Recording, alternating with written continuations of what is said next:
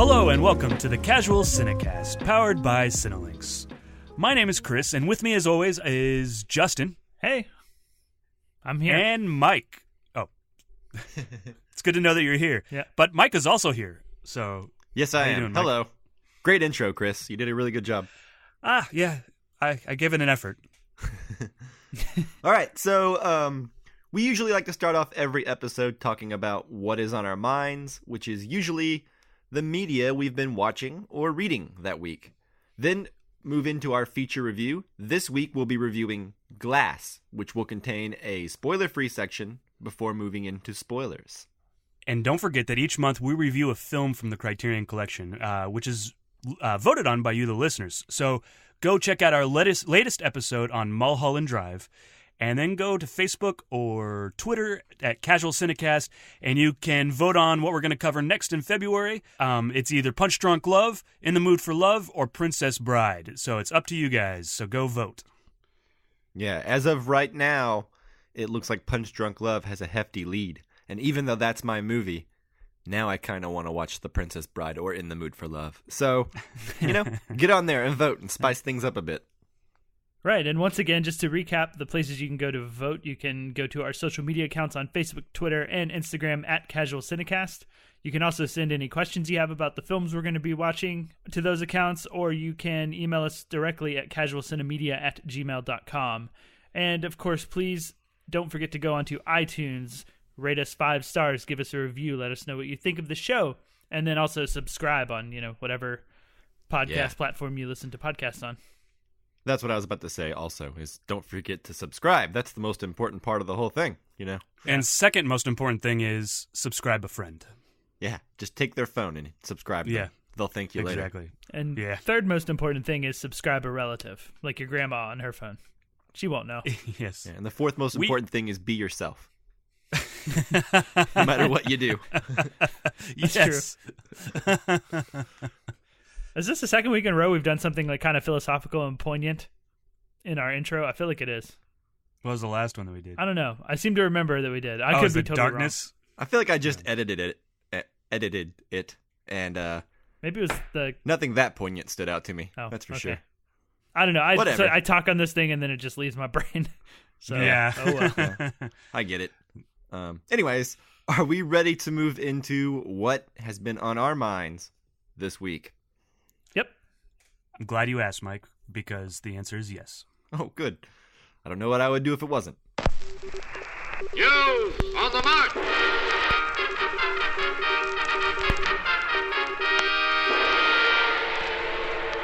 Justin, what's on your mind this week? So this week, I watched a film from 2018, one that I wanted to watch, and I wanted to see in theaters because it was playing near me, but I just couldn't find the time because it was playing at sort of odd times. Because I guess it wasn't really, a super popular film, even though the director is kind of popular among, like, cinephile people. But the film is The House That Jack Built, a film from Lars von Trier. Yeah. I have been wanting to see this movie, but I don't know where I can get access to the unrated version. At least not yet. I mean, maybe I haven't actually looked, but I really want to see this movie, basically, is what I'm trying to say. Yeah. I'm not entirely sure what version I watched, and I won't say what way that I watched it, but I think the version that I watched was the rated version. So I imagine it was a little tamer than the unrated one. I don't know that I care too much. Like, I'm assuming the unrated one has a bit more gore, a bit more violence, a bit more vulgar things happening in it, I guess. Yeah. But what is the tone of this movie? The tone is a bit like a Lars von Trier film. It's a little bit more in the same vein of like Antichrist. So it's kind of like there to push people's buttons, basically. Yeah, I think there are moments in it that are specifically there to upset you and upset the viewer. Sounds like a Lars von Trier movie. Yeah. It probably belongs in there with like Antichrist or films like Irreversible or... What about like the Nymphomaniac? Did you ever see Nymphomaniac Part 1 and 2? Man, I skipped Nymphomaniac and I can just never find the time to catch up with them. Although I want to see him because generally speaking, I like most of the Von Trier movies that I've seen and he's a director I like. I would be interested to hear what you think about that movie. But anyway, continue about A House That Jack Built.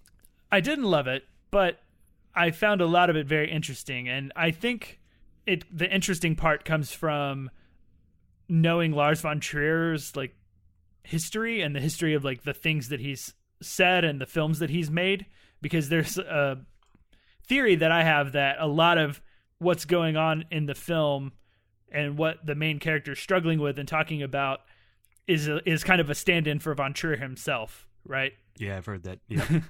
Because the film is about a serial killer who's going around murdering people, and he photographs the people that he murders like in various ways, and is essentially referring to his murders and his photographs as works of art.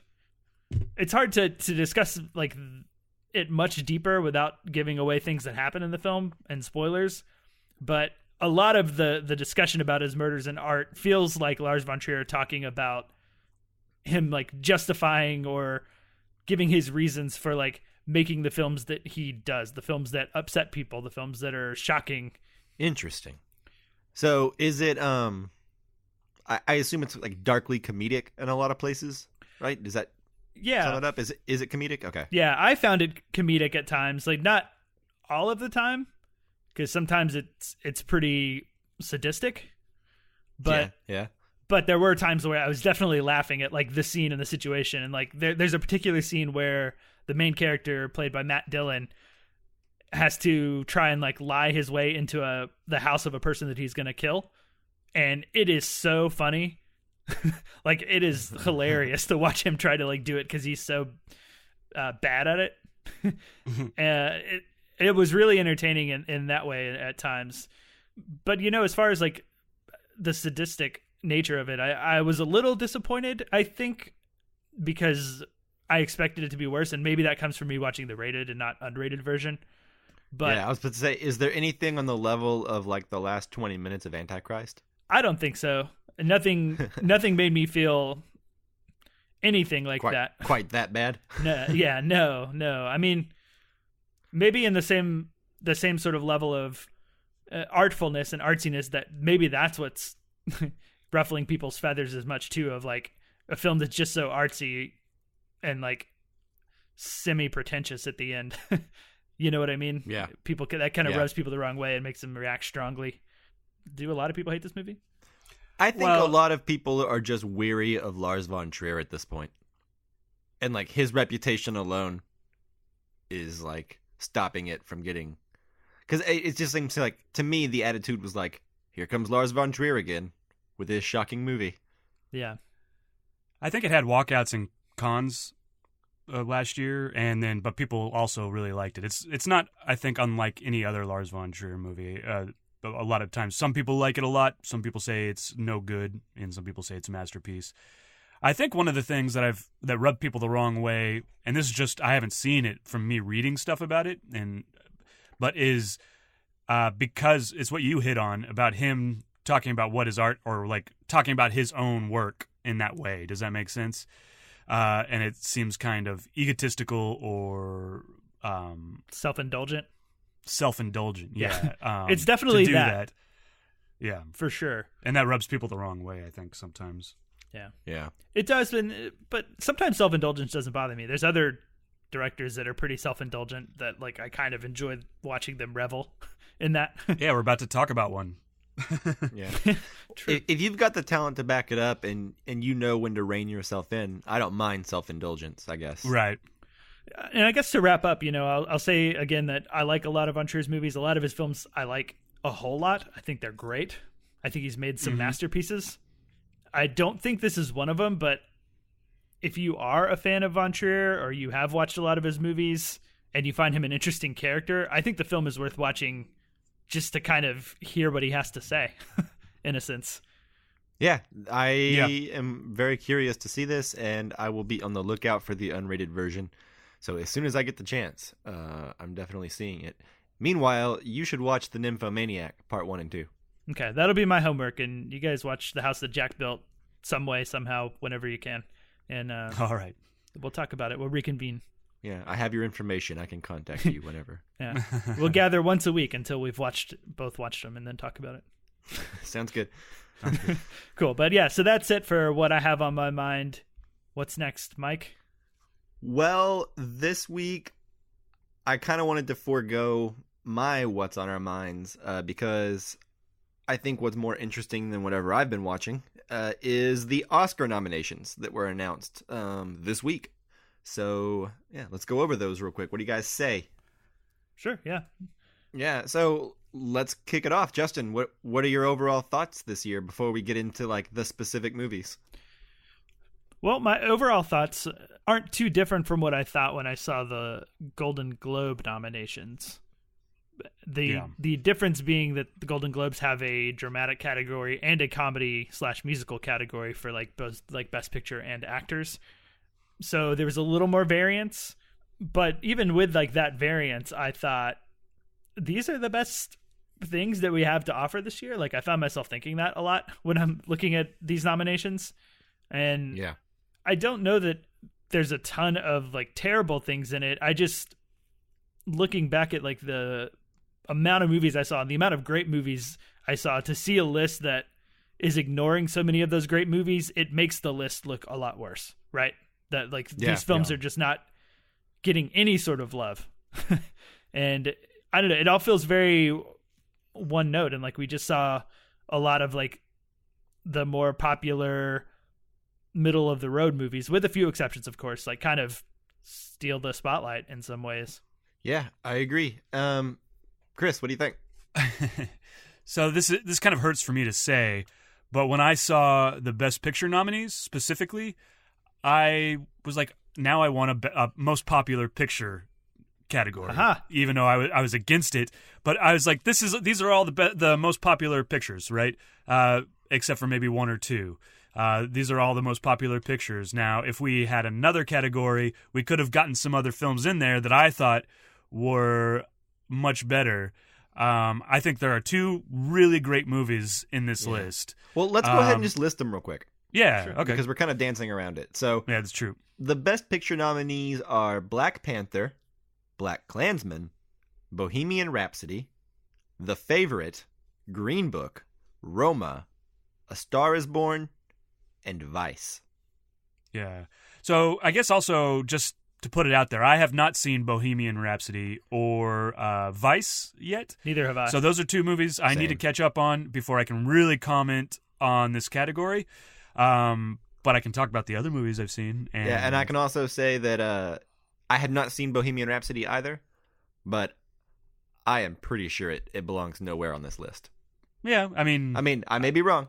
If I'm wrong, let me know. Write in.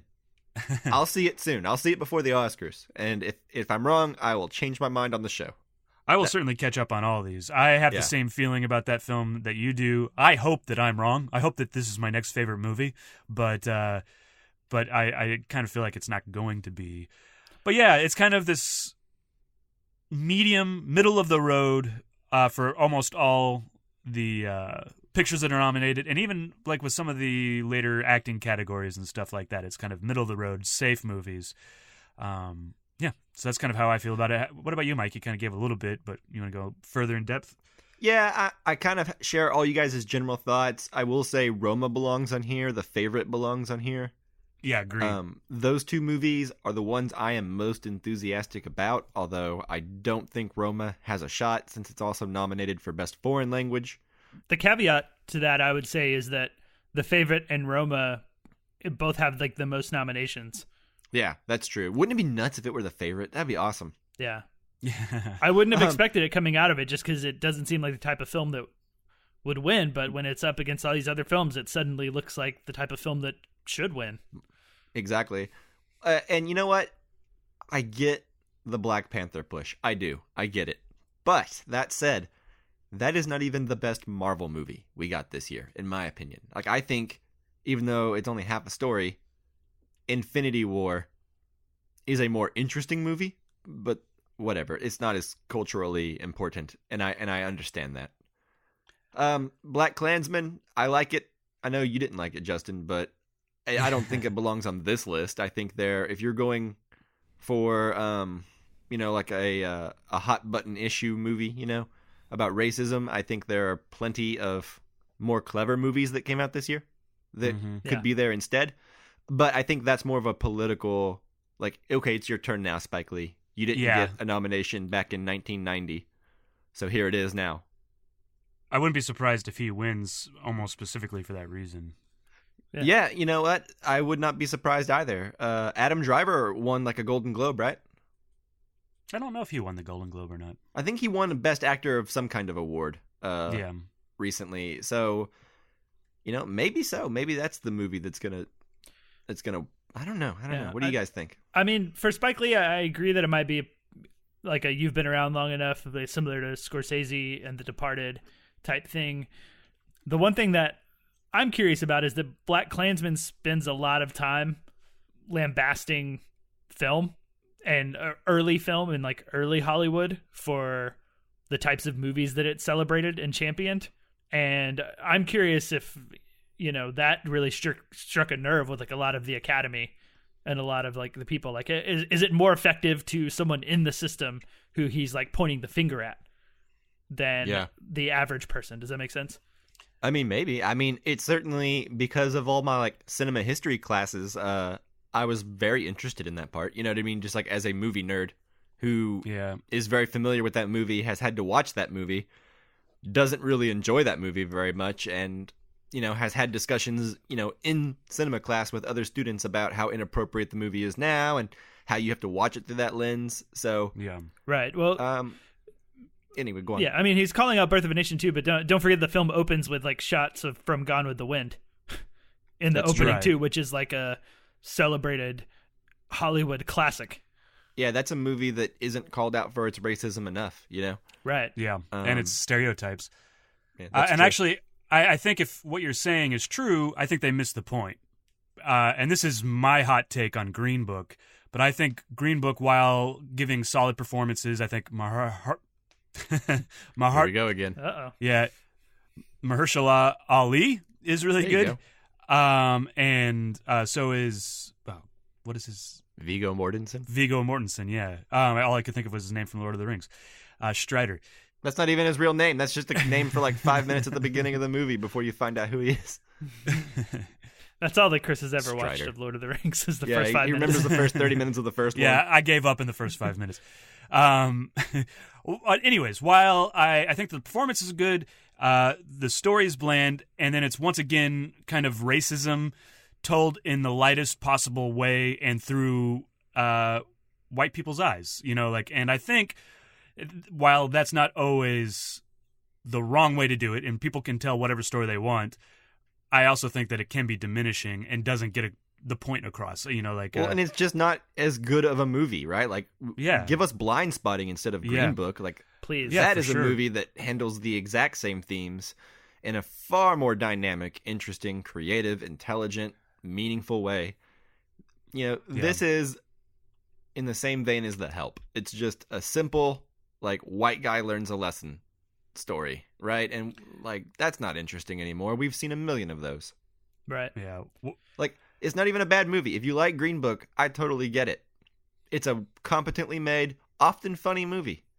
But get it off Best Picture list. What is this nonsense? Yeah. And I just have kind of issues a little bit with what movies on here, Green Book, and what movies could have been on here. So that's my main issue. Sure. And there's so much average stuff that, like, and I agree with Mike that Green Book isn't bad. Like, it's fine, right? But I feel that way about so many of the films on here, right? And, like, there's only one film that I actually think is bad and, like, or shouldn't belong, like, anywhere near this, but, like, the rest are just, like, it's okay, you know? And I don't know, it's just an interesting thing. I feel like I haven't seen this, like, 2008 was the last time I remember looking at the list and thinking, whoa, like, the majority of these movies aren't that interesting, and there's really only one clear winner. Like, I feel like since then, I mean, especially since they expanded the category, it's always been full of films. So I'm like, I don't know what I want to win. I like so many of these movies so much. So it's an interesting place to be.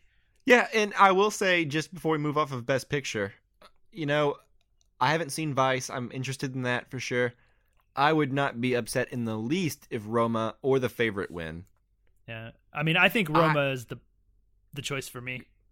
Yeah, for sure. Yeah. That's the one I would like to win the most. Then The Favorite. I know you don't like Black Klansman very much, Justin, but let me ask you, would you rather Black Klansman or Black Panther win? Oh, Black Panther, hands down. Yeah? Yeah. Yeah, you know what? I was talking to you guys in the Slack a few days ago, and my attitude was something like this, which is just that if we're going to get a bunch of boring nominations anyway, then why not give it to Black Panther? Right? It made the most money. It's the movie the people want. It's a Marvel movie that actually has an interesting villain and something to say, which I think should be rewarded because I think all of those movies could use a little bit of something to say. Yeah, Green Book needs a better villain for sure. Yeah, Green Book needs a better villain.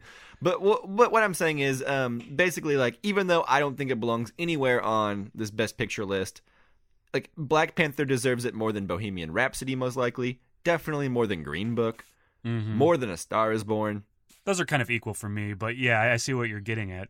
You know what? But the thing about it is, like, at least Black Panther has more to say than A Star is Born does. You're right. You're right. Give it to Black Panther is what I'm saying. If it can't be the favorite and it can't be Roma, give it to Marvel. Reward them for making a smart superhero movie. Oh, geez. Can you imagine if Marvel wins an Oscar? Not that it's a bad thing. They'll be but it's just unstoppable. so weird, yeah. Yeah, so I think we can move off of Best Picture and move into some other categories. I think one of the most interesting things that I saw was the Best Director category, which a lot of them echo the Best Picture ones, with the exception of the director of Cold War, Pavel Pavlikovsky. Oh, yeah. He is nominated for Best Director, which is seemingly out of nowhere. Yeah, it's a surprise. And usually the Best Director category, at least, the way I've always heard it is, this is how you find out what the real Best Picture nominees are, right? Is the director category. And it looks like, if that is true, the contenders are going to be Black Klansman, The Favorite, Roma, and Vice, because you got Spike Lee, Yorgos Lanthimos, Alfonso Cuarón, and Adam McKay all nominated. What do you guys think that means for Best Picture? Well, that would have been interesting if they had who is the director of Bohemian Rhapsody because I know that Bryan Singer had walked off set. Yeah, that's true. If Bohemian Rhapsody wins, it could be any of these people as like a consolation prize. Yeah. And actually, Bryan Singer just had a bunch more allegations come out today. It's January 23rd, but that might also hurt Bohemian Rhapsody's chances. I hope so. Yeah. I think it's got to be one of these 4 films from Best Director that's also Best Picture. It's got to be one of those that wins it. But I think it's almost an award in itself for Pavlikovsky to be nominated, even though he's not nominated for Best Picture. Yeah, I agree. That's exciting. I think Alfonso Cuarón could win and then just win the Best Foreign Picture as well instead of. So it could be something along those lines. Mm-hmm. It could be, and then they're free to give it to Bohemian because the director is still honored. Gross. I want to talk about the actor categories. Okay. So for lead actor, we have Christian Bale for Vice, Bradley Cooper for A Star is Born, Willem Dafoe at Eternity's Gate, Rami Malek for Bohemian Rhapsody, and Viggo Mortensen for Green Book. Best thing I can say about Green Book is the 2 leads are genuinely very good in it, and I think Viggo Mortensen is very charming in Green Book. Yeah. He's funny, etc. I have not seen Bohemian Rhapsody again or At Eternity's Gate. I will say that I thought Bradley Cooper was also very charming in A Star is Born. I thought he was really very good in it. Mm-hmm. Christian Bale, he got fat and started to look like Dick Cheney, so that automatically gives him some clout. Right. I feel like that's my favorite. Not my actual favorite, but the one I would bet on to win is Christian Bale right now. Yeah. I think so too. And he's won a bunch of other ones. Yeah, I hope it's not Viggo Mortensen, even though I did like his performance in Green Book. Get this movie out of here. What are you doing? Right. Yeah. Well, so Viggo Mortensen and Bradley Cooper are the 2 performances from this category I've seen, and even if those other 3 are fantastic performances and fully deserve to be here, there's still 2 people in this category that I can think of many, many better performances this year that I've seen, that... Cough, Ben Foster. Leave no trace. Cough. Yeah. Yeah. Yeah, that's absolutely one. I think I kind of I didn't bash the performance, but I bashed like Oscar hope, I think, for Beautiful Boy for like Steve Carell in it. But Steve Carell would be a better choice for me from Beautiful Boy. And plenty of, I mean, even Michael B. Jordan from Black Panther. Yeah, actually, I agree with that. Yeah, he should at least be in Best Supporting Actor. Yeah, I guess he's not lead actor. That's fair. Yeah. So we got actress in a leading role, Yalitza We should not have Aparicio given from this to you, Chris. from Roma. My bad. Glenn Close from The Wife, Lady Gaga from A Star Is Born, Olivia Colman from The Favorite, and Melissa McCarthy from Can You Ever Forgive Me? I want to see that really badly. Yeah, me too. I haven't seen that one, and I haven't seen The Wife. I actually have heard a friend of the show, Matt Ward, really enjoyed The Wife. I've heard great things. I want to see The Wife, and I want to see Can You Ever Forgive Me real bad. Yeah. But you know what? The Best Picture fiasco, I get it. We're not super keen on these Best Picture nominees or the Best Actor nominees, but guys, they did the right thing by nominating Olivia Colman for The Favorite. Yeah. Yeah, absolutely. I think The Favorite is the one that they got right. All their nominations are and well. Yalitza Aparicio for Roma. Did you guys see the video? Super cute when she realizes that she got nominated. It's awesome. No, So great. I haven't seen it, but in my imagination, it's great. There's also a really charming video of Spike Lee hanging out with like his friends and family, watching the nominations on TV when he finds out he gets a nomination. Oh, nice. Yeah. Yeah, it's pretty cool to watch. He's so excited, and he's been waiting a long time for it, so it was nice. Anyway, and then Lady Gaga, not my favorite, but I understood that she was going to be nominated whenever I first saw the trailer for A Star Is Born, long before the movie came out. Right. I knew this movie was going to be like Oscar bait incarnate. So I kind of have a sidebar here, and that would be Hereditary is very much missing, and especially Toni Collette for actress in a leading role. Now, I saw some tweets or something along those lines almost blaming A24 for not campaigning for their actors and I blame actresses. them for not campaigning more for Ethan Hawke for First Yeah, Reformed. and that's that there too. But my knee-jerk reaction to that, and I know that there's a game that's played in campaigning for people, but it shouldn't be about who's campaigned for, who has the most money spent for it. It should be, and maybe that's me being naive, but it should be, this is the best performance, or this is my favorite performance of the year, because that's, really it's all about what you think is the best performance anyways. It's all subjective. But yeah, I don't think A24 should have to campaign, and I actually kind of respect them for not. But I guess maybe it lost their actors' nominations. I mean, I think the campaigning, what it does, rather than like people who've seen all the performances see it and go, oh, well, this campaigned the hardest, I'll vote for that. It's more like the people who haven't seen everything and they're like, oh, yeah, that one's in my mind. Like, I remember a lot of people. I've heard of this one a lot. Yeah, I've heard a lot of people say how great Lady Gaga is in The Star Is Born, more than I've heard of them say how great Toni Collette was in Hereditary. So I'm going to vote for that, right? Yeah, it's like happens. whichever ones in the conversation have the strongest narrative, right? Like if there's like an it person, right? Like you can have like veterans who've been giving us like decades of good movies, and then you'll have like a first timer swoop in there, and everyone's so high on the first timer that here's an Academy Award. You'll be happy to know, Mike, that Black Panther was not nominated for Best Visual Effects. Thank God. Ugh. What was? Avengers: Infinity War, Christopher Robin, First Man, Ready Player One, and Solo. Okay. All things with special effects. Yeah, I wasn't the biggest First Man fan, but rightfully done here, I think. It looks good. If anything was going to be a nomination for that movie, it should be this, right? Yeah. The last 15 minutes of First Man is beautiful. Mm-hmm. Yeah. I think the other big thing that we haven't touched on would just be that Spider-Man Into the Spider-Verse got nominated for animated feature, which everyone was clamoring for. Yeah, I was, for absolutely. Sure. I still need to see Ralph Breaks the Internet and Mirai, but I like Spider-Man Into the Spider-Verse more than Incredibles 2 and Isle of Dogs.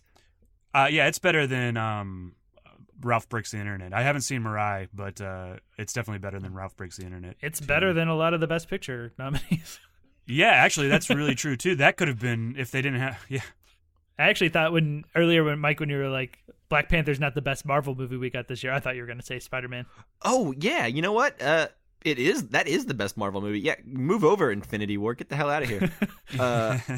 Spider-Man Into the Spider-Verse, I think, is the best superhero movie.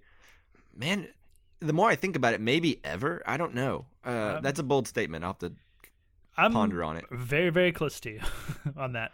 Yeah.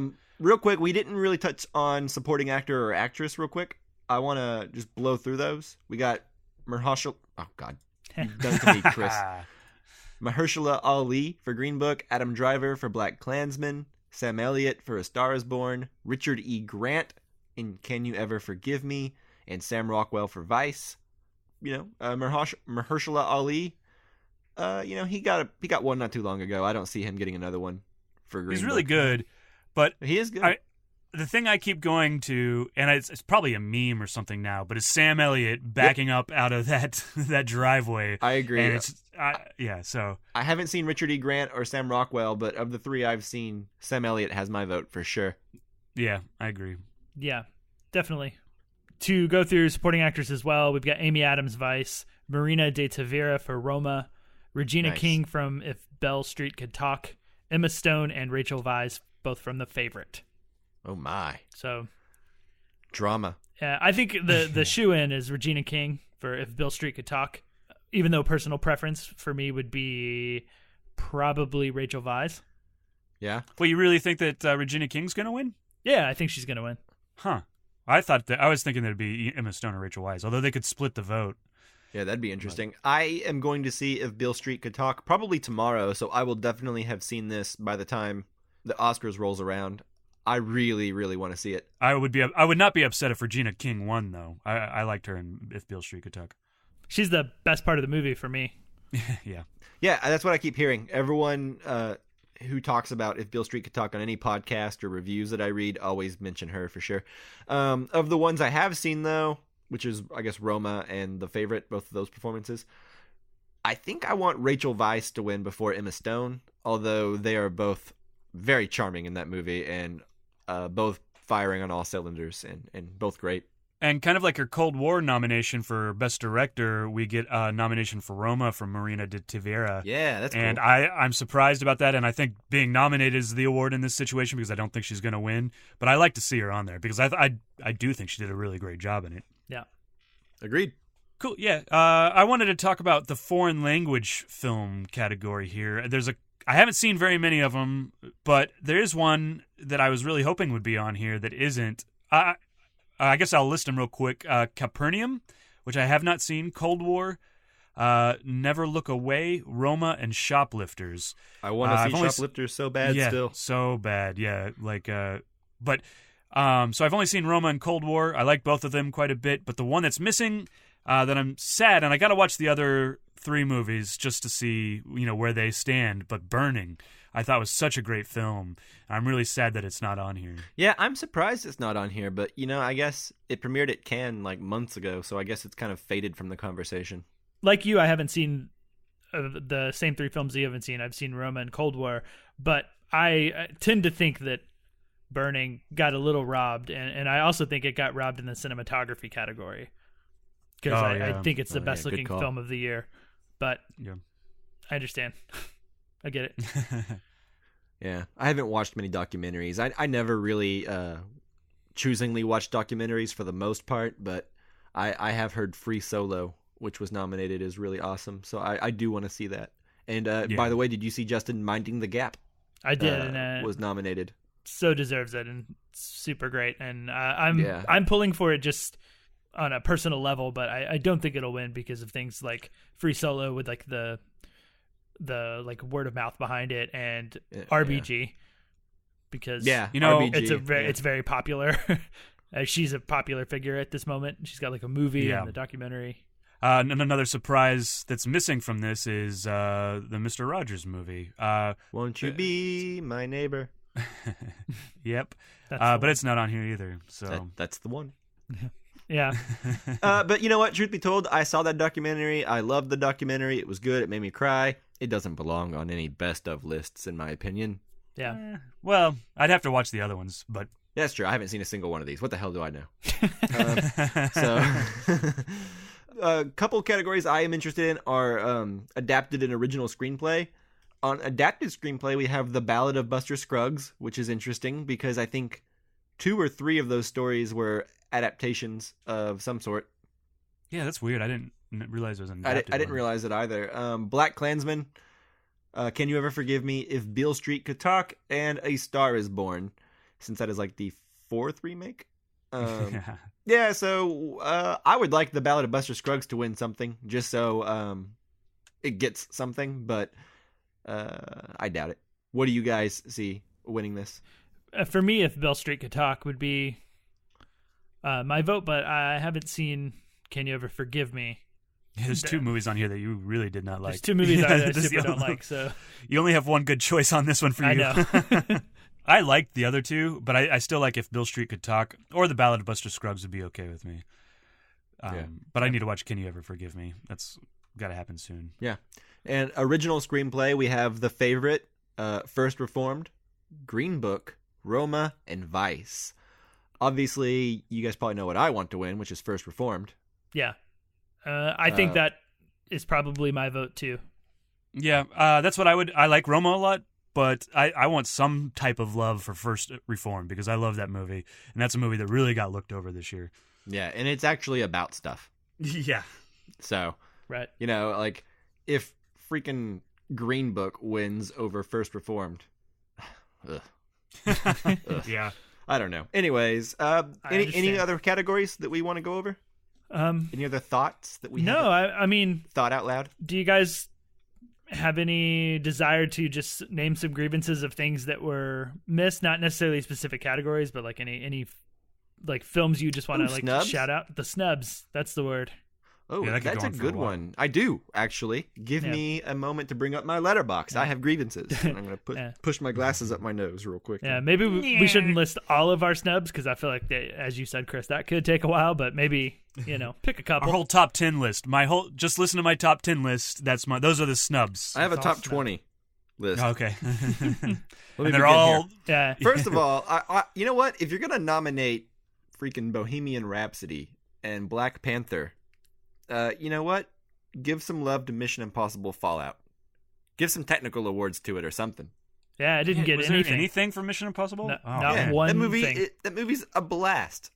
That movie is what it's all about. To like sit in the movie theater and for 2 hours, you're on a ride, right? Like it may not be emotional and it may not matter and it may just be popcorn entertainment, but like it is entertainment.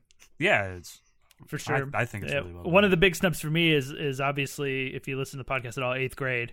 I think it's Oh yeah. so good. Yeah. I mean, for me, it's Best Picture worthy, but I understand how that's wouldn't get nominated for Best Picture. But Oh, it's totally Best Picture worthy, especially over, yeah, Star is Born couple- or some yeah. other stuff.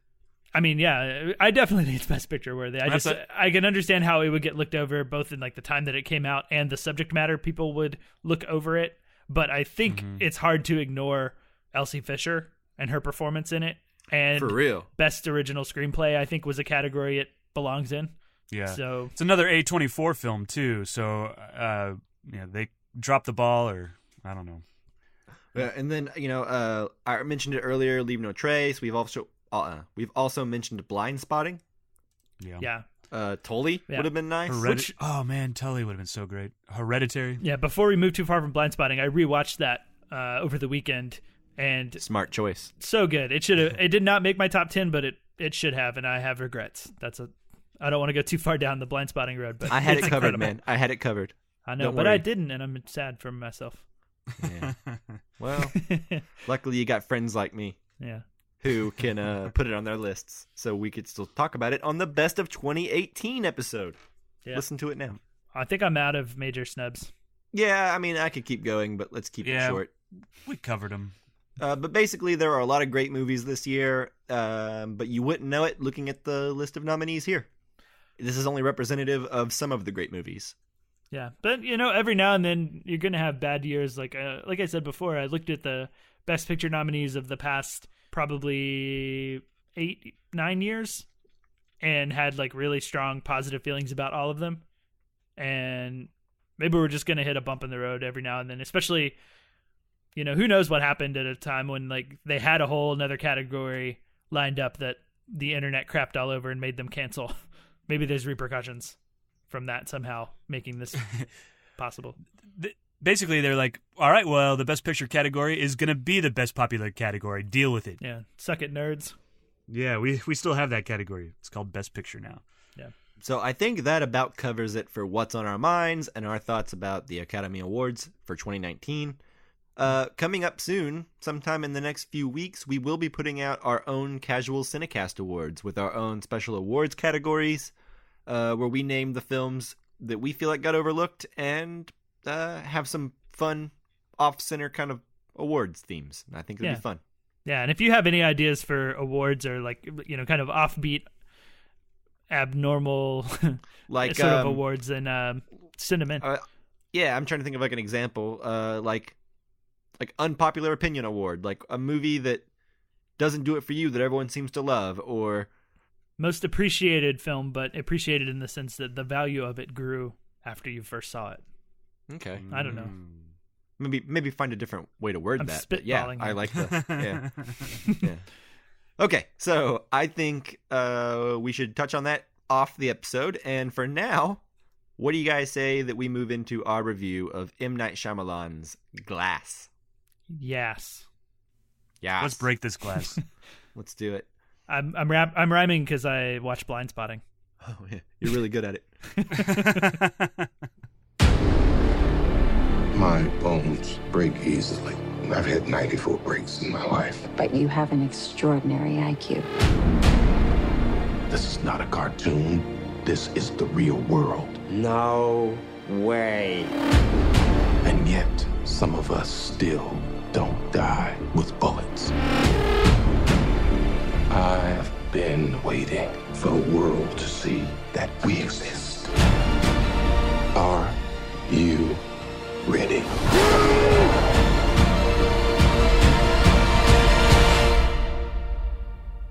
What do we call you, sir? First name, Mr. Last name, Glass. Okay, as always, before we get into our review of Glass, just wanted to let you guys know we'll be doing a non-spoiler section of the review, then give you a spoiler alert before we move into spoilers. So if you haven't seen the film yet, you can continue listening until you hear the spoiler alert, and then stop listening, go see the film, and come back and finish the episode. All right, so Glass, directed by M. Night Shyamalan, starring James McAvoy, Samuel L. Jackson, Bruce Willis, and Sarah Paulson. The IMDb synopsis says, security guard David Dunn uses his supernatural abilities to track Kevin Wendell Crumb, a disturbed man who has 24 personalities. That's a lot. I have to That say, is also not the most accurate synopsis. That's like the first 20 minutes of the movie. yeah, but I have to say I really like that about the synopsis too. Yeah, that's true. That's true. But the titular character is not even mentioned. Yeah, that is weird. But Anyway. oh well. Okay, so who wants to go first with their overall thoughts on Glass? I can go. I've been a big fan of Shyamalan for a while, at least his early work, obviously. Signs is one of my favorite movies, and Unbreakable and The Village I really enjoyed. They had their flaws, but I really like them. I enjoyed Split okay, but I just didn't think that the twist was enough to make up for a mediocre movie or not quite there movie. But I was very excited to see Bruce Willis and Samuel L. Jackson in these roles again. Really, ultimately, I think Shyamalan is a much better director than writer. Unfortunately, though, most of his movies he writes. Yeah, that's true. When the reviews started to come out like 2 or 3 weeks ago about Glass, and they were pretty negative reviews, I was really disappointed and worried that I wasn't going to like this movie very much.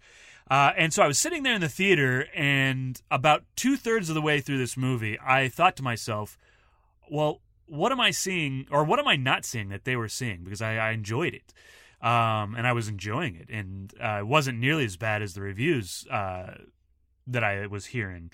And then the last third happened. And I kind of got why it would garner such bad reviews.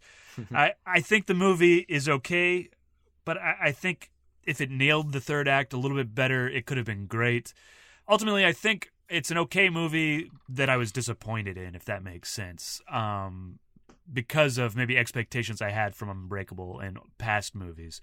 So it may not be the movie's complete fault that I was disappointed in it, but it did not live up to my expectations. So those are my thoughts on Glass. I'm going to pass it over to Justin. How did you like Glass?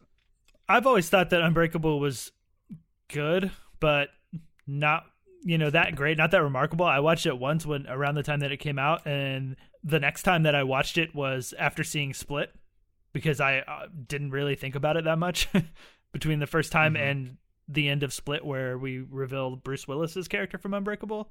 But it is it's a pretty good movie. Split I liked, I enjoyed, and so I would say I didn't really have any expectations of Glass, but I had hopes, right? Which I think are slightly different. So going off of that, I want to say that Glass is a film that I want to like a lot more than I ultimately end up liking it. Like, there are things in the movie that I really like and ideas that I really like. Unfortunately, most of what I ended up liking about it weren't things that were happening on the screen. They were more like I said, ideas, themes.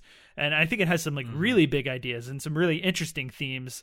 But to me, the execution doesn't quite work. And I blame that on, as you said, Chris, the writing, the script. I even blame it some on the performances, because I think we have some not very good, bland performances in here. I also blame it on the film having such big ideas, but having a pretty low budget. The budget was $20 million, if I'm not mistaken. Right. Yeah. Which is low but is basically the Avengers a version of this this universe. Yeah. I think the film takes a lot of time to cover some stuff. I feel like we spent about an hour covering things that could have been covered in about 20 minutes. And a lot of those things are retreads of the same things that we covered in Unbreakable, the same ideas and themes, and right. I go to a sequel film. I want to see the characters continue to grow from the point that we last saw them. Right. And this one to me regresses back to their original stories, and we have to go through all of that again, as opposed to continuing on. And in that sense, I basically kept expecting the film to go deeper and to more interesting layers and the next phase of the story, or the characters' arcs. And while I was waiting for that to happen, I was enjoying the film. I was this is good. None of this is bad. I'm excited to see where we go from here and what changes we go through. And I was enjoying the buildup. But I think when the movie's all said and done, where we end up going just weren't enough for me. It did disappoint me. So I look back on all that time that I was enjoying it and enjoying the anticipation of what comes next, to know that I was disappointed. It makes me dislike a lot of those things. So while it's a movie I enjoyed watching, it's just, in the end, I'm pretty lukewarm on the film, and that it's getting lukewarmer, if that's possible, by the day that passes since I've seen it. So yeah, that's my general thoughts. So Mike, what are yours? Yeah, so unlike Chris, I am not, nor have I ever really been a fan of M. Night Shyamalan. I think when he hit the scene with The Sixth Sense, everyone kind of went nuts for that movie. But I thought it was just okay, and I seemed like the only one, right? And then one by one, his movies were liked by people less and less, right? And then I felt like the opposite was true. I felt like when The Village came out, everyone had their pitchforks ready, and they were saying how terrible it was. But I thought it was, The Village was just as good as some of his other movies that he'd done up until that point, in my opinion. So I stopped watching his movie somewhere around the time Last Airbender came out, and I picked up again after Split. So as far as Glass goes, I wasn't really looking forward to it one way or the other. I wasn't not looking forward to it. There is that element of curiosity about, a trilogy spanning 19 years is pretty interesting. Right. No matter what franchise it is, right? I don't have any great affection for Unbreakable, and I think Split was pretty underwhelming, despite James McAvoy being really fun to watch. Mm-hmm. Ultimately, I think all of that helped me get into the right state of mind and the right amount of expectations for this movie, because I don't hate this movie at all. I wouldn't say I'm crazy about it, but I think I like it probably more than you do, Justin. I think it makes me like Split more in retrospect. Unbreakable was already pretty good, but I definitely think it makes me like Split more. Yeah, so I enjoyed it, and most of the issues I have with it are also present in both Unbreakable and Split, which is mainly like dialogue is often bad, and people go on ham-fistedly about comic book plots and announce obvious things that are happening. Yeah. Like, as if we haven't seen 25 comic book movies since Unbreakable came out. Now, I know why a lot of people are turned off by this movie. I get it. If you're looking forward to an Unbreakable sequel, and this has been something that you have been wanting to happen for multiple years, I think you will only be partially satisfied. However, speaking for myself, I enjoyed this more than Split and about the same as Unbreakable. It ultimately, though, could have used, I don't know, just a second go-over of the draft. Some elements could have been foreshadowed a little more, right? Like, you know what I mean? Just like, get someone else to look at that script. Well, that's the Shyamalan problem, right? Yeah, because he's actually financing these movies all himself, his last 3 movies. Right, and he should want to make sure that they are as good as they can be then. Right, but I feel like Shyamalan has this problem with being told no, or you should try this. And, right, and I will say that I admire the hell out of the third act of this movie. I admire the ballsiness. I admire what he is trying to do. It went places I did not expect, and I am grateful for that. But, man, just some more foreshadowing. Yeah, but does it work? That's kind of the question. Well, I think it could easily work, and I think it mostly does. Okay. But we'll have to get into more specifics later. But yeah. But basically, just missed the mark to the point to where, like, I'm disappointed in it more because it could have done something I think really cool. In this land of endless superhero movies that we see, I would rather watch this superhero movie again than a good portion of some of the standard superhero movies. Like, it has the most interesting superhero ending to a film that I've seen since Watchmen. Yeah. Yeah. I got some thoughts on that. Okay. Is there anything that is non-spoilery that we want to talk about? Otherwise, we can just... Because there's a lot of spoilers. Yeah, I got a couple things in non-spoilers. Okay, cool. So, to be continued. Yeah. So, real quick, I just want to say, I think it was really cool they used the same actor for his son. Yeah, that was awesome. Yeah, it's also, like the last 19 years, they've been fighting crime together as like a father and son duo and bonding. Because like in Unbreakable, if you remember, they did not have the best relationship at all. No. So I think it's kind of heartwarming that, you get to see David Dunn and his son working as a team together, and his son's like, to steal a phrase from Spider-Man Homecoming, the man in the chair. Yeah. I guess that also applies for the mother of Elijah, played by Charlene Woodard, even though her like old lady makeup is pretty rough. That's the same lady from Unbreakable? I'm pretty sure, because she was in the flashbacks too. And like the flashback, there's a flashback from Unbreakable that was not in the movie. Yeah. But that was actually an outtake from Unbreakable. Yeah, but I'm just saying but she's in that scene. So it's kind of like a Boyhood situation where she has stuff that she filmed back in like 1999 or 2000, and then again in like 2018, 2019. Yeah, that's kind of cool. It's pretty cool. Yeah, I really like that part of it, that aspect of it. Yeah, I respect the commitment to continuity. Mm-hmm. Yeah, and while I think some of the uses of the footage from Unbreakable were unnecessary, like unnecessary flashbacks to things that I think anybody seeing Glass is probably mostly familiar with, but I appreciated the way that they like intercut some new footage into them and like seamlessly went like seemingly in one shot from new footage to Unbreakable footage. Oh yeah, that was some pretty really cool stuff. Yeah, there's some really cool creative stuff, and trying to make it all feel like a fluid thing, which is something I wanted to say, which is I think the greatest feat of this movie is making two movies that did not seem connected feel like one fluid story. Like Unbreakable and Split did not seem like sequels or prequels to one another, right? They did not feel the same. I didn't get the same vibes from either of them. And Glass, it manages to feel simultaneously like an Unbreakable follow-up and a Split follow-up, and kind of make the whole trilogy wrap up in one nice, neat little bow, tone-wise. Mm-hmm. Whereas I was actually wondering how that was going to happen, based on like Split, because I was like, that does not feel like the slow, ponderous tone of Unbreakable. I mean, it's definitely attempting to be more of a superhero movie than Unbreakable ever was. Yeah. Sometimes to its detriment, for sure. Yeah. I am out of things for non-spoilers.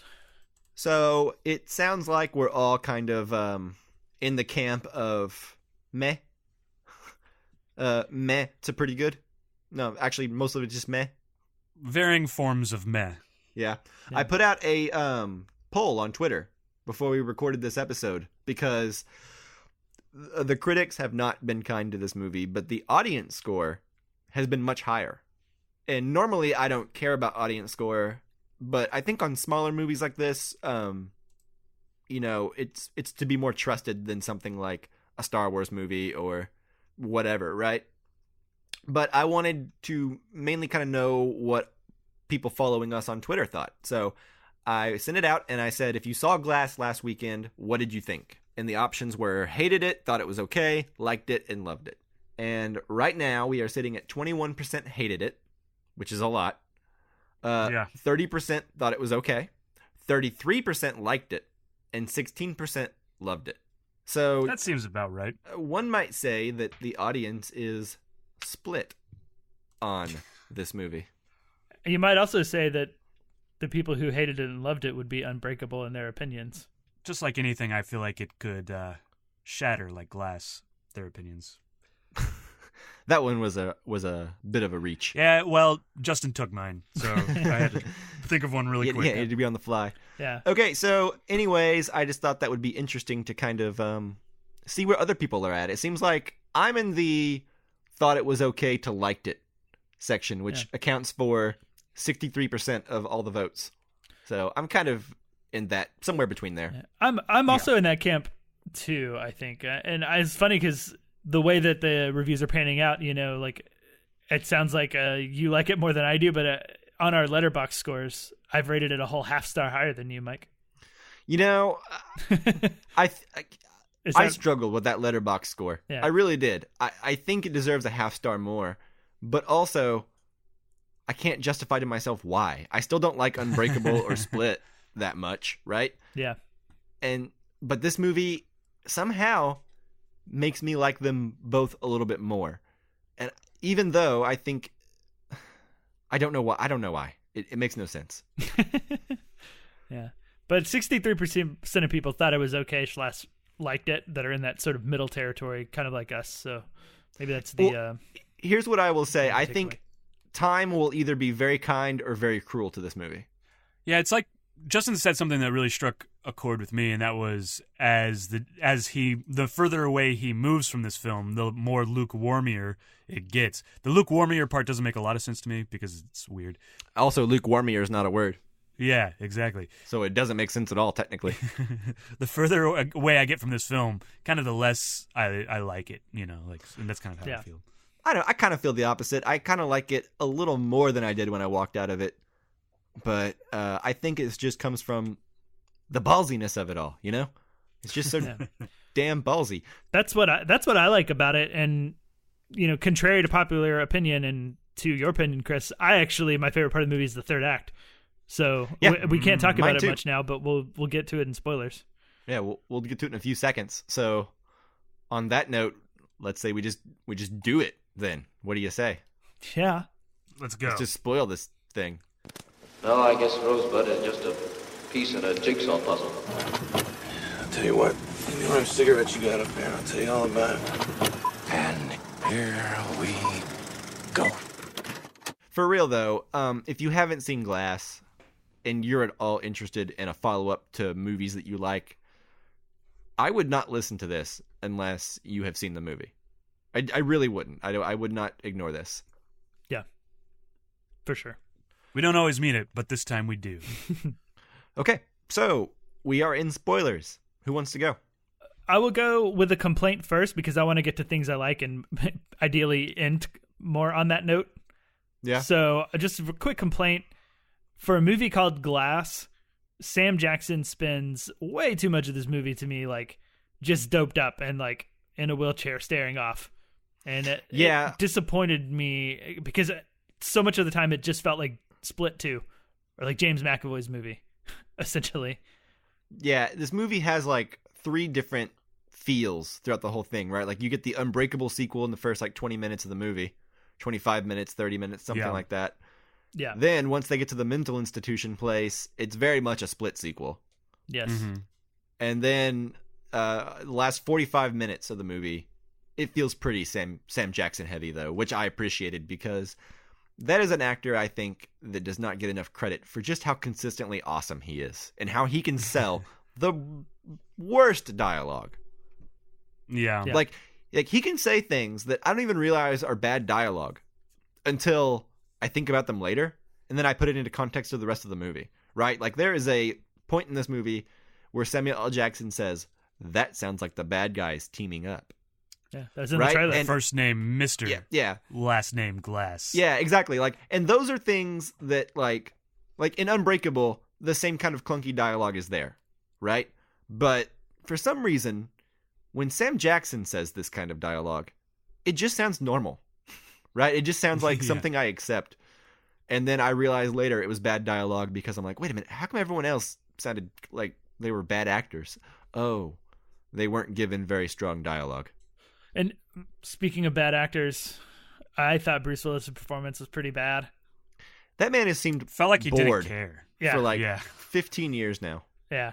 Yeah. That's why it's, I mean, he's kind of effortless in what he's done and he's always been that way. So it's never bad, but compared to everyone else, like it's like watching him was like watching paint dry. Yeah. Like that last scene could have been heartbreaking more than it was, in my opinion, if Bruce Willis had been like, looked scared or looked like into it, you know?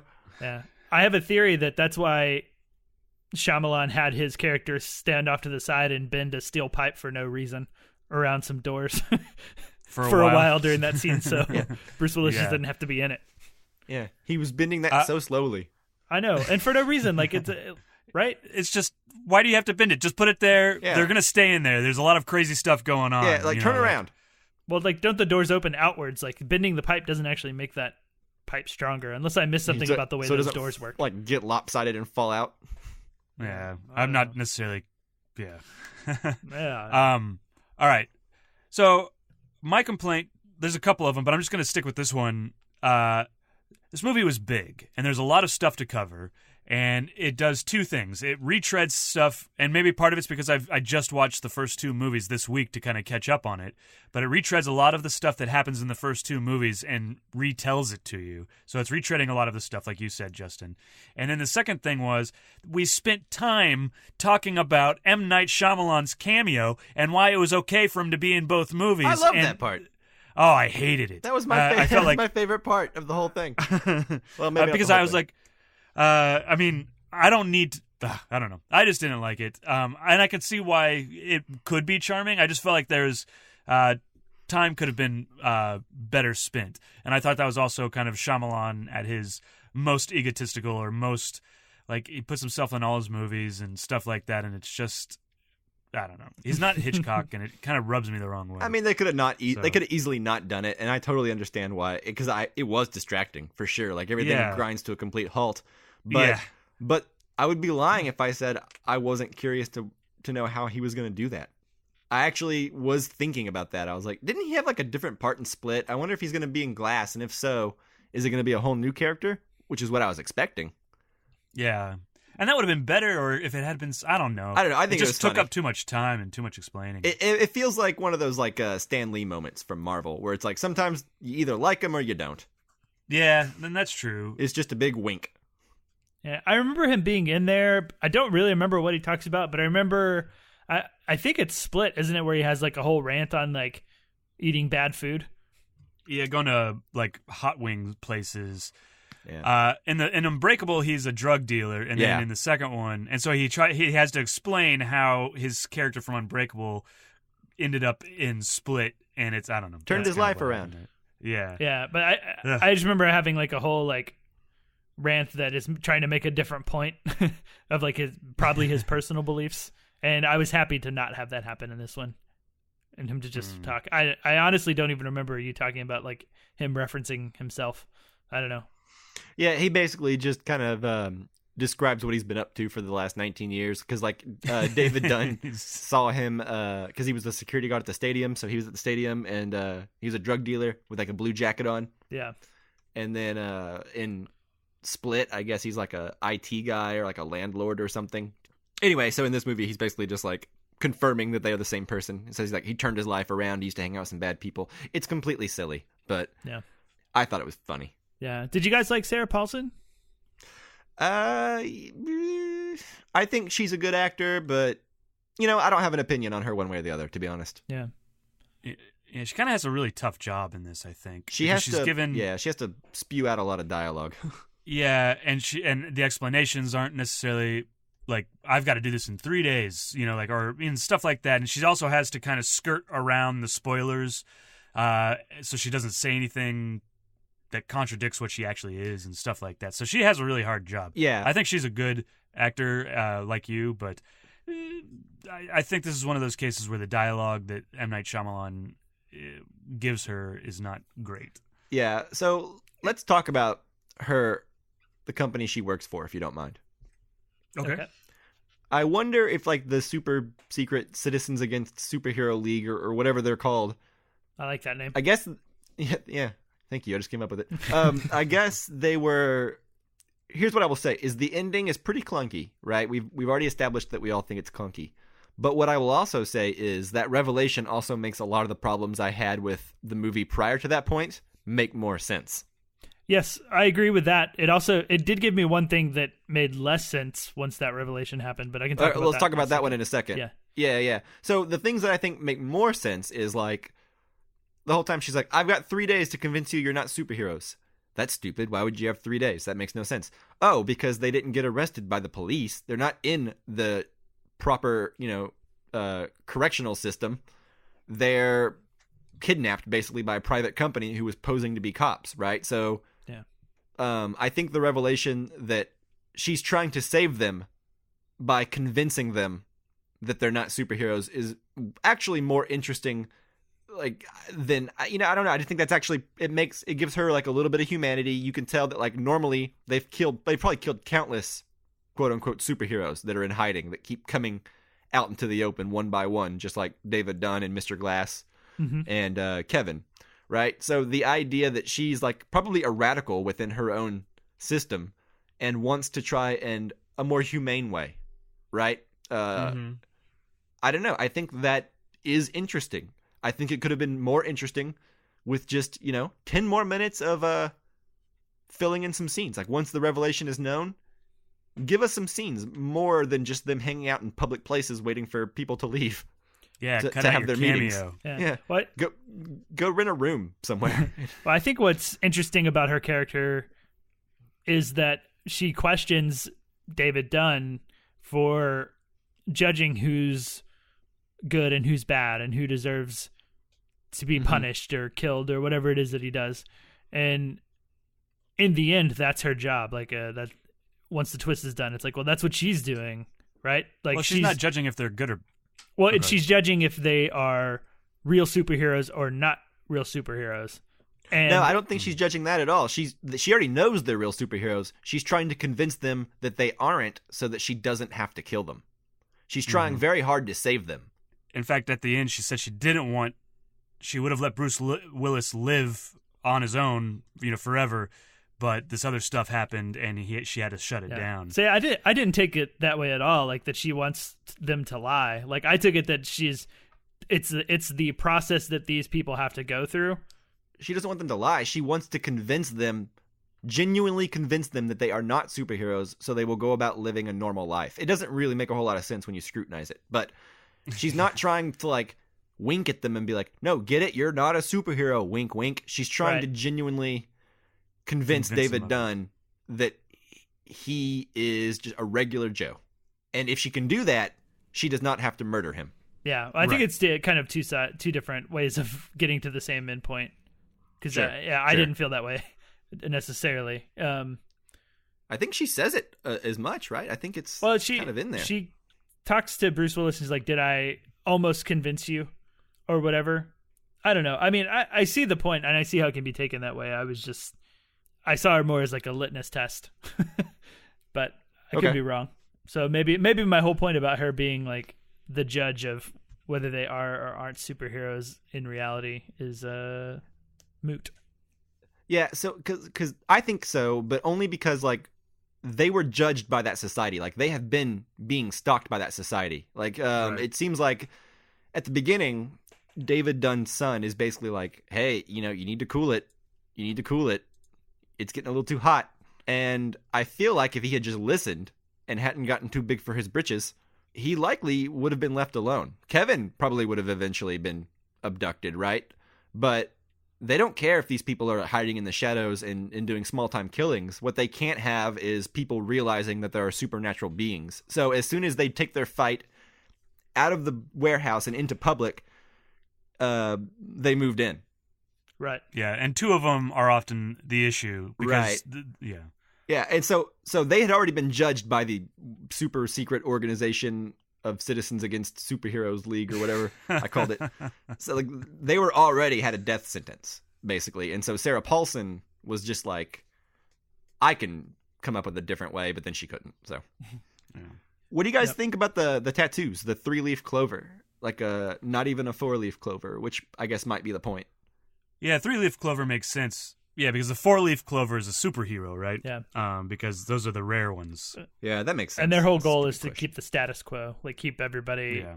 or keep extraordinary, rare people from. I don't know if it's like Entering existing, but just like changing the world. And Yeah. I mean, at one point she's Yeah. like, "It's not fair," which is I think Yeah. is a Yeah. bad rationale. Well, it's kind of like I forget his name from Incredibles 1. Jason Lee's character. Oh yeah, he like invents all these things because he's not a superhero. Right, and he basically he's like, once everyone's super, no one is. Like he didn't like the idea of there being superheroes and him not getting a piece. Syndrome. Yeah, That's Oh, his yeah, name. yeah. Syndrome. that whole organization thing and the whole twist of that is like one of the themes and like bigger ideas that like really appeals to me and that I liked about the movie. And Yeah, me too. basically this idea that if something extraordinary comes to be, there are massive organizations and massive entities that would want to take it out, even if it's, not in the best interest of people. Like, and examples that come to mind are like the oil and gas industry and like the electric car, right? Like if the Right. electric car ever works super successfully, it destroys an entire industry, and that industry Right. would Or- work against it, right?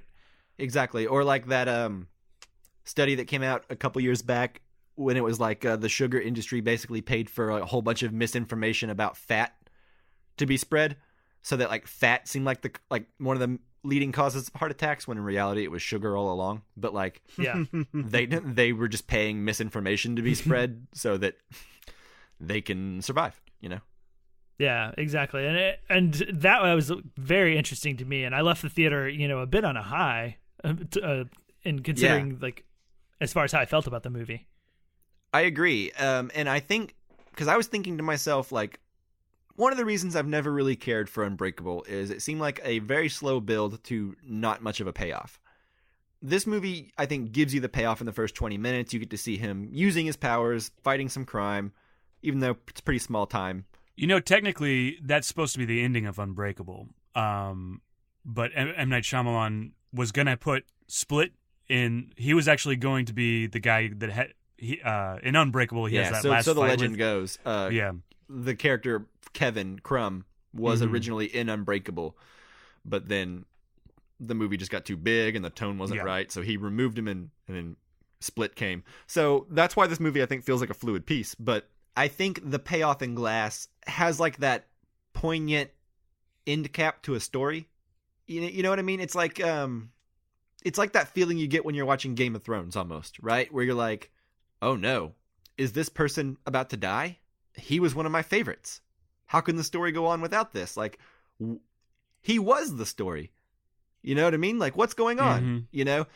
And I admire whenever I'm actively, like, looking for ways for the character to get out of something. You know what I mean? I'm like, okay, how's it going to happen? Who's going to step in? What's going to, you know, like, there's going to be, the villain's going to look away and he's going to punch her, you know, something. And I like it whenever they tell you it's coming, they show you it's coming, and they just go with it. They just commit to it, right? Like, to have him die face down in a puddle, it's making so many people mad. But, like, that is like... I'm one of them. I get it. I do. But the sadness almost makes it better to me. Like, the poignancy of it. Like, when you look at that with his arc for Unbreakable, where the whole time his son is trying to convince him he's special, he can do these things, he's convinced himself finally, and then he spends some time doing it, but he gets too cocky with it, he gets too big for his britches, he doesn't rein himself in whenever his son tells him to, and his own hubris gets him into this situation. Right. Once he's convinced he's special, that's what kills him. Exactly. And then there's even the perfect foreshadowing in Unbreakable. He says, when he's talking to, I believe, his son about how he's not a hero, he's like, when I was a little kid, I almost drowned. These two people held me down, and I almost drowned right there in the water or something like that. Heroes don't die that way. Normal people do. And that is exactly how he dies in Glass. Two people held him down while he drowned. It's foreshadowed in Unbreakable that this would happen.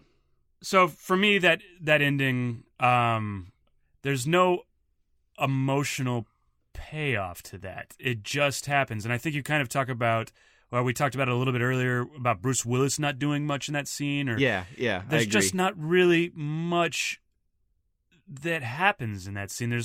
And maybe I'm missing the point, and maybe I'll warm up to it later. But for me, there's not much to it. She walks up to him. They stop drowning him for a second, and then she touches her hand. She's got to let him know. Yeah, she doesn't feel good about murdering him. Yeah, and then they start drowning him again, and and all three of the deaths actually feel this way to me. They don't. It doesn't feel satisfying. So maybe the same way that you're unsatisfied with Unbreakable is the same way I feel about this one, and that's fine. But like, there's something just not there for me emotionally. I agree. It's not as good as something like Game of Thrones, right? Like, I don't want to make it seem like it works because it's just as good as something like that. I think it works for me, and I'm maybe bringing some of that stuff to the table, but I definitely acknowledge that I wish it had been executed just a little better. Like, slow your roll a little bit, and give us some heartbreak. Lean into what you're doing to us. You know what I mean? Don't just leave us cold. You know? Yeah, I mean, something. I also feel like this footage isn't really convincing. Yeah, that's the other right. Like, I don't know if this footage is enough for the end game to be like, I got you, proof. Yeah. So the sequel to this movie or whatever will be that, 5 minutes later, everybody's like, "Oh, this is computer generated," like because After Effects. Yeah. So to me, even then, so their death almost means nothing because the way it is explained in my head is that everybody watches those videos and thinks that they're just After Effects or computer generated or whatever, and it means nothing to anybody, and so I feel like it doesn't mean anything. That's why a lot of the ending left me unsatisfied. Put yourself in the time frame of like when Unbreakable came out. The idea probably would have worked a lot better, right? Because we have way less superhero movies, so the ham-fisted, now we're entering the final showdown crap doesn't have to be in. You know what I mean? Like, that would have flown a lot better, I think, years ago. Yeah, if this had to come out 10 years ago, pre like YouTube days, like when YouTube was just like everywhere and everyone could make like a lightsaber with like their computer. You know what I mean? Right. I mean, I tend to agree with you, Chris, and that the execution of it is definitely one of those things that sours as time goes on. But as I said, like in my general overview, it's like the ideas I really like, and when I think about those and we talk about those, I'm into it, and I like the movie more. But those just aren't like what's on the screen. I don't like, right? It's all like theoretical. It's a lot of like on paper stuff. I think about it and I like it. That's what I'm saying. Like, the structure is there. Like, all it takes is like one more pass over on that screenplay, buddy. Yeah. And I'll agree with you. It is ballsy to kill all three main characters. Walking into this movie, I did not expect all three characters to be dead by the time I walked out. Me right? either. Yeah, no. And it's ballsy. It's just, it doesn't work for me. And that's unfortunate. Yeah. I would argue that the end feels so unsatisfying in ways is because the rest of the movie, to me, took so long to like get to anywhere new, which is a point we've already touched on, but I just want to bring that up as like, I think by the time we start going new places, it's at the end, and I don't know that we have time to like go through an emotional journey enough to make the end as satisfying as it could be. That makes sense. What do you mean by new places exactly? Well, I don't know. I mean, it's as I'm not the writer of the film necessarily. Well, but let me rephrase it. What do you mean that it gets too repetitious, or I guess we don't go anywhere new for the first? Like, can you give me an example of like what you mean exactly when you say that? Like, well, Unbreakable is Bruce Willis struggling to come to terms with the fact that he's a superhero, and has doubt that he's a superhero, even though the evidence is right there. And that is what happens in this movie. He struggles with the fact that whether he's a superhero or not, even though the evidence is all in his face. And that's like what his character goes through. I agree with you, but I think that is intentional and part of what he's trying to do with this movie, right? Which is he's trying to, I don't know, I enjoyed some of that stuff, like trying to convince them and explain it away in reality. Because those are the kinds of things that I do in movies all the time, right? Like, there is a scene where she's talking to James McAvoy, and he's like, the Beast can do anything, you know, like he bent bars, took 2 shotgun chests, like how do you explain that unless he's a superhero? And then she'll go through the process of trying to explain it away, like it was old bars, it was an old shotgun, you know, some of the shotgun pellets like hit the inside of the bars. And I don't know, to me for a little bit it actually was compelling. Like, is she convincing these people that they are not superheroes? I think I agree with you that it doesn't completely work, but I think that's mostly from Bruce Willis's performance. I think all the Kevin stuff, like James McAvoy, again, kills it in this movie. I know like a lot of people don't like his performance, but man, he is just endlessly entertaining to watch in these movies. Yeah, I like him, yeah. And I think he was very compelling when he was on screen. And even Elijah's stuff. So I like, especially given the third act and the revelations that take place of why she's trying to convince them that they're not superheroes, and the realistic, pragmatic ways and examples she uses to try and make them second guess themselves. Yeah, I enjoyed all of that. I do agree though that didn't work, but I blame Bruce Willis rather than it being too repetitive of the first one, because I think it's a different arc. It's just a similar arc. Yeah, and I think it's working for a while because there is some of it that's interesting. It's just I felt like one of the first times Sarah Paulson sits down with him, she's talking to him about trying to explain it away, and she has like the scene where she explains it away to James McAvoy, and there's the scene where she explains it away to Anya Taylor-Joy's character, right? And it's I just felt like we saw that scene, like we spent too much time in that world rather than go through those steps and you know, maybe move on to something else or get to like the next part, like get to the breakout and have that. I don't know, that may not have worked either. Yeah, I hear it's what you're difficult. saying. I hear what you're saying. The only other thing I have to say is, man, as soon as the Horde / the Beast / Kevin crushed Mr. Glass's shoulder, and when he fell out of his wheelchair and all, like punched him in the stomach and all that stuff, like that was so brutal. Yeah, it sounded fucking rough. Like I cringed. Yeah. I was just like, and oh my god, he didn't even really hit him that hard. He just kind of like squeezed his shoulder a little bit.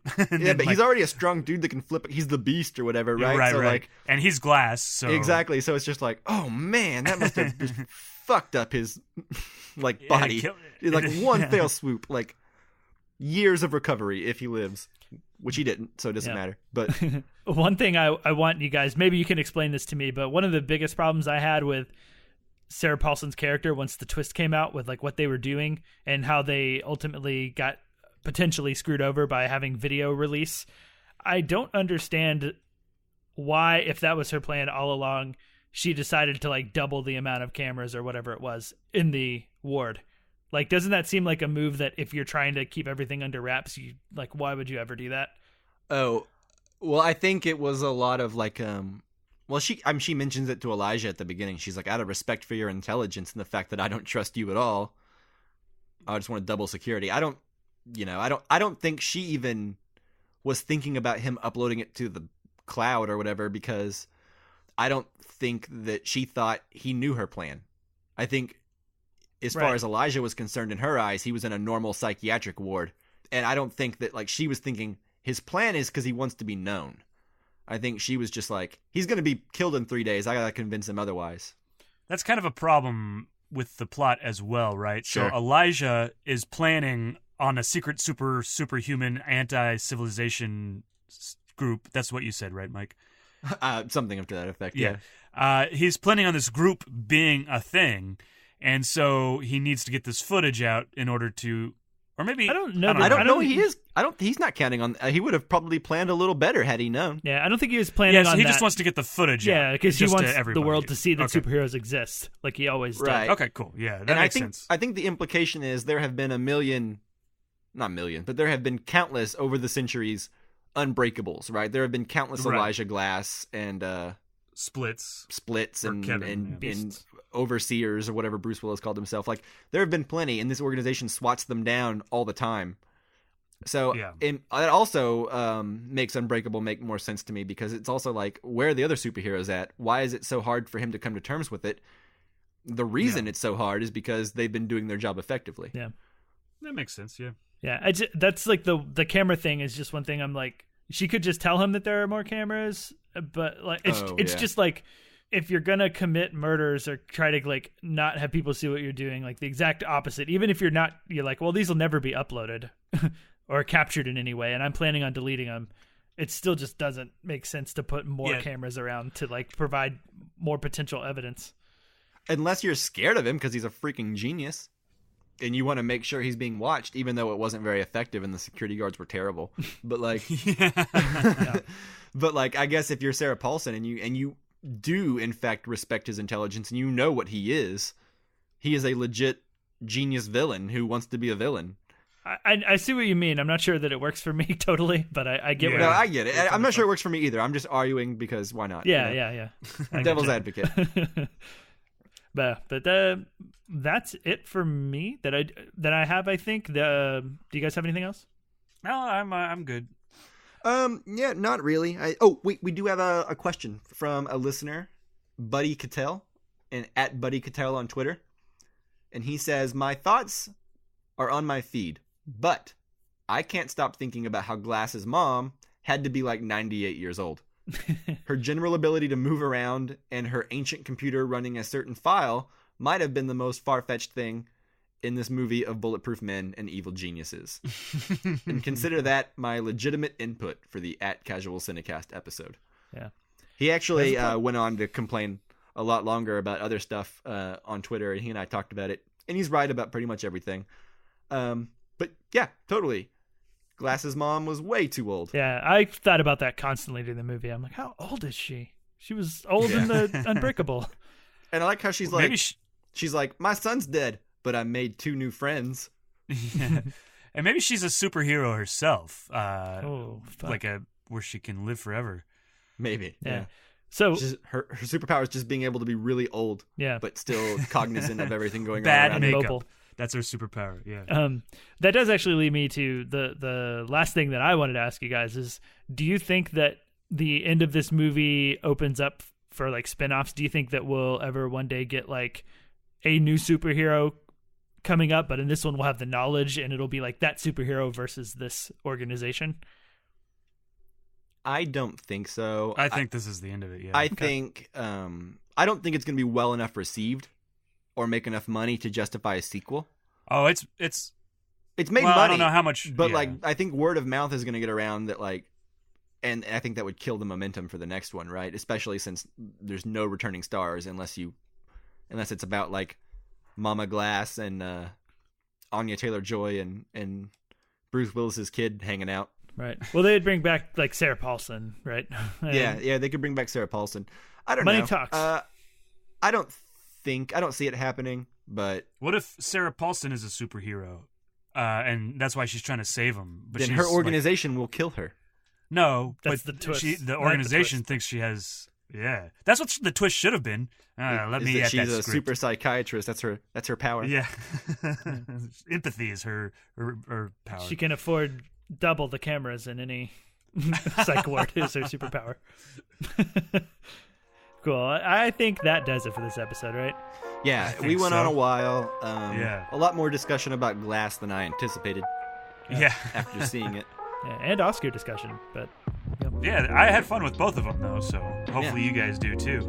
yeah, thank you guys so much for listening. And of course, as always, thank you, Jake Wagner Russell, for doing our intro and outro music. If you want to hear more of his music, you can do so at soundcloud.com/bopscotch. Our next episode will be over The Kid Who Would Be King. Is it the kid or the boy? I think it's the kid. Is it? Yep. Yeah, man. Okay. Good job, Mike. Yeah, The Kid Who Would Be King. Has Rebecca Ferguson in it. Hey, I don't know who that is. Yeah, you do. It's Ilsa Faust from Mission Oh, okay. Impossible. Yeah, I get you. Cool. Well, if you want to send us your thoughts on The Kid Who Would Be King, or send us your questions for us to talk about on the show, you can send those on social media, Facebook, Twitter, and Instagram at casualcinecast. All right, guys. Thanks so much for listening. Hope you had a good time, and we will see you next time. Bye. Bye.